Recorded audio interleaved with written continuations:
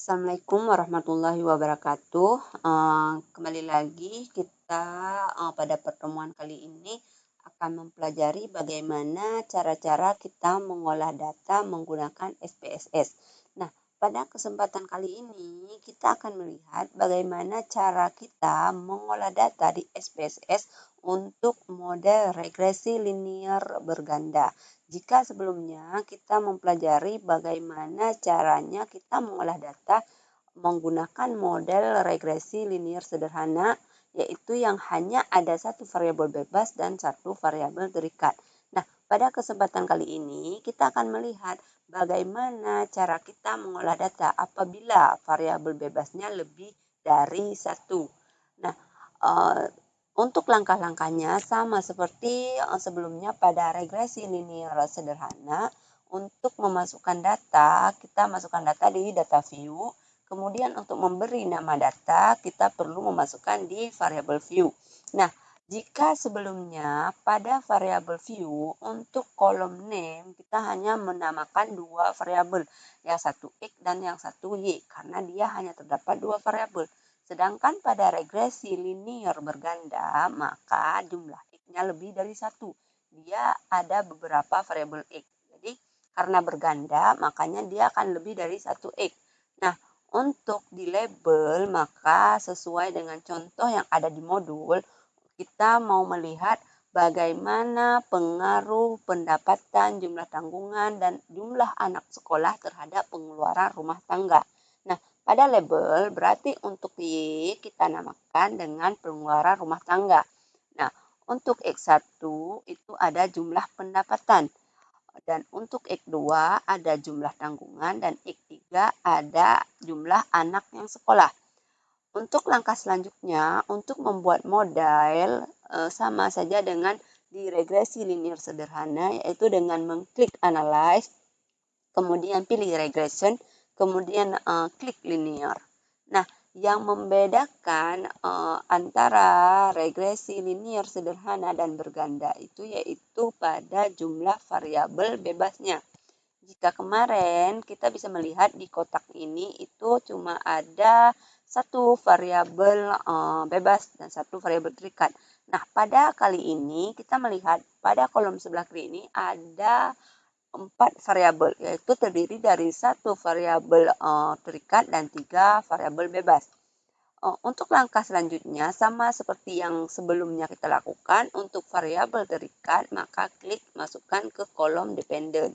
Dan untuk variabel bebas, klik satu-satu untuk dimasukkan ke kolom independent. Pastikan semuanya harus masuk karena kita akan melihat bagaimana pengaruh si variabel-variabel independen ini terhadap variabel dependent. Setelah semua variabel dipindahkan berdasarkan kolomnya masing-masing, nah kemudian kita klik statistik, pilih yang ingin kita contreng seperti yang terjadi di regresi linear sederhana. Sama penjelasannya sama seperti di regresi linear sederhana, fungsinya juga sama. Nah, yang paling mencolok dan yang paling membedakan yaitu di collinearity diagnosis. Nah, kalau di regresi linear sederhana, kita boleh mencontreng ini, boleh tidak. Karena pada regresi linear sederhana, dia cuma ada satu variabel bebas. Jadi dipastikan dia tidak akan ada terjadi korelasi antar variabel bebas. Sedangkan untuk pada regresi linear berganda, kita pastikan harus mengklik kolom ini, itu untuk melihat apakah antara sesama variabel bebas terdapat kolinier atau tidak. Artinya, apakah terdapat multikoliniaritas atau tidak. Kita perlu melihat apakah terjadi korelasi atau tidak. Jadi, pastikan untuk regresi linear berganda, kita klik collinearity. Nah, kemudian karena kita menggunakan data cross section, boleh kita tidak mengklik yang namanya Darwin-Watson. Kemudian klik continue. Kemudian setelah kita mengklik semua yang kita butuhkan pada kotak statistik, tidak ada jauh bedanya dengan yang di regresi linear sederhana, maka kita klik OK. kita akan melihat outputnya bagaimana. Nah, mari kita lihat outputnya.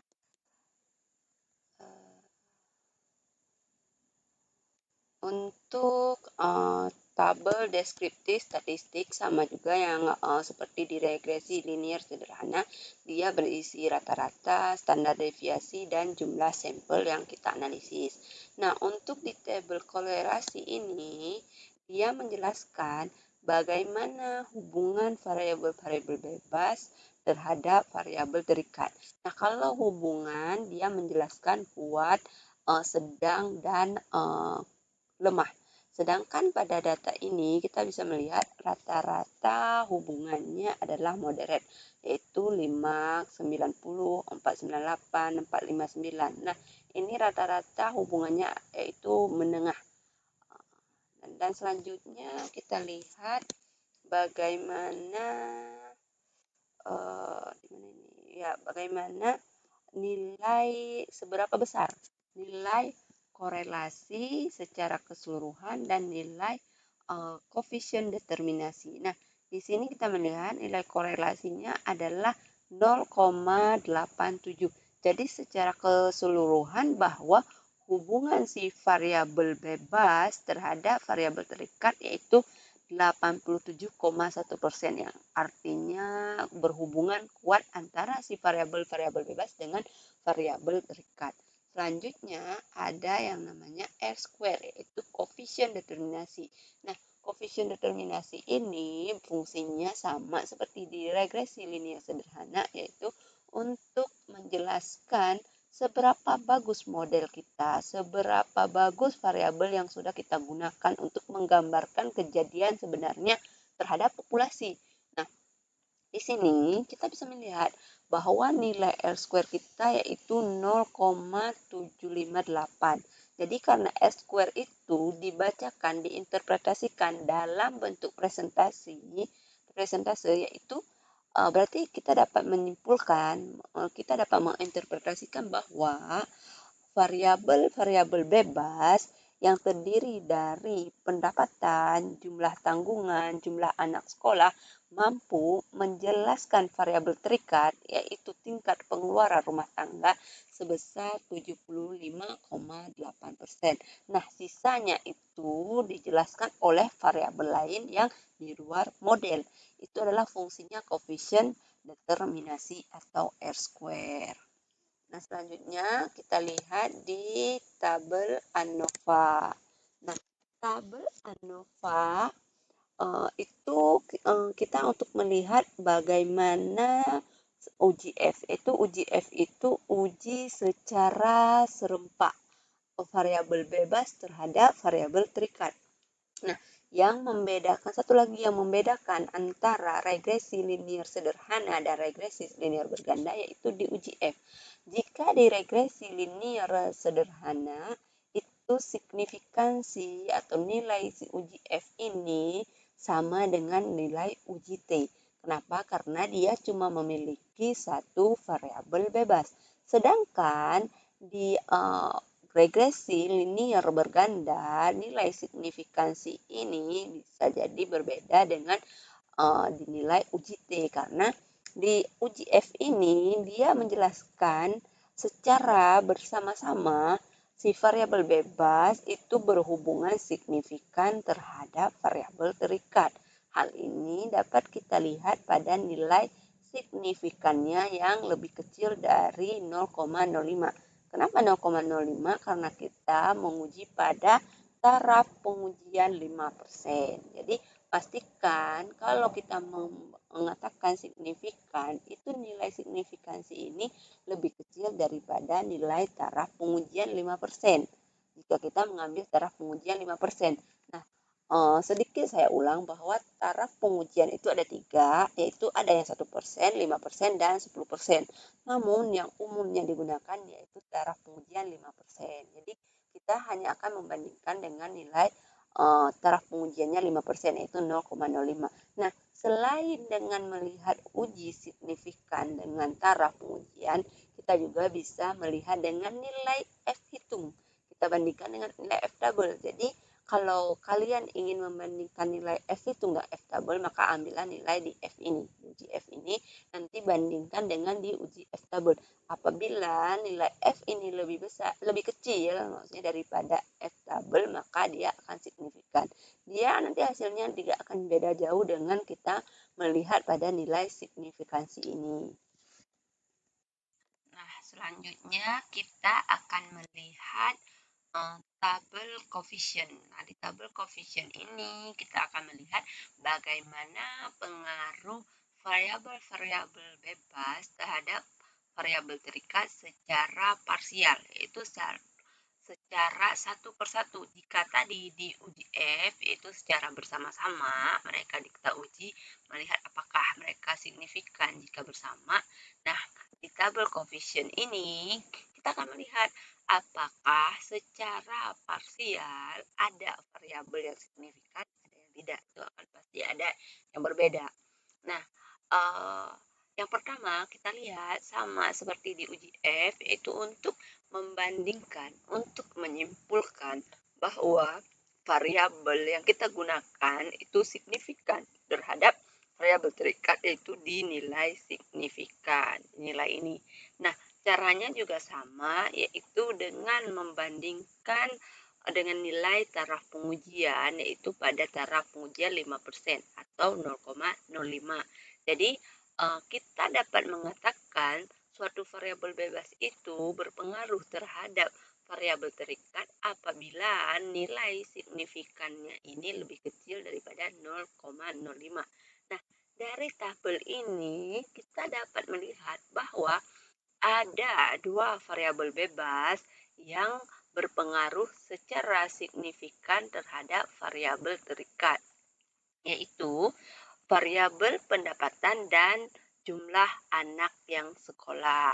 Nah, selanjutnya kita lihat untuk bagaimana pengaruhnya, seberapa besar pengaruhnya jika terjadi perubahan pada si variabel bebas. Nah, selanjutnya kita lihat di nilai B. Nah, nilai B ini itu nilai parameter ataupun nilai koefisien. Nah, untuk pendapatan kita dapat melihat ketika si pendapatan naik satu satuannya, maka akan meningkatkan pengeluaran rumah tangga sebesar ini, sebesar koefisien ini, sebesar parameter yang ini.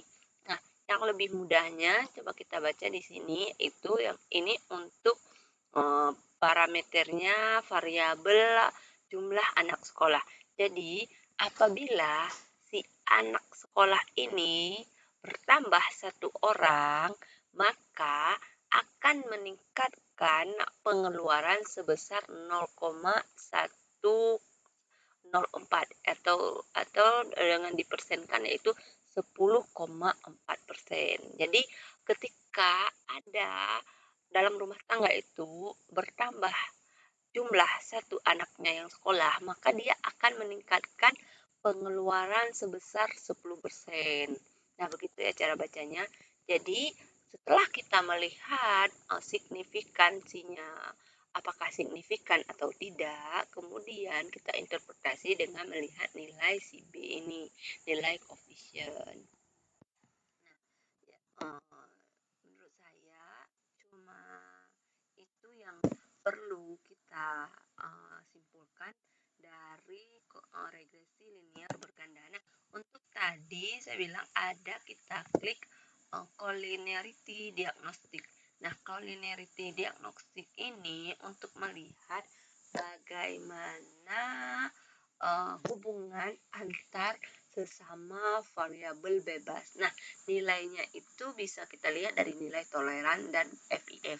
Namun lebih lanjut, lebih jelasnya nanti lagi bagaimana cara kita melihat, bagaimana cara kita membaca, bagaimana kita menyimpulkan, kita akan membahas di uji asumsi klasik.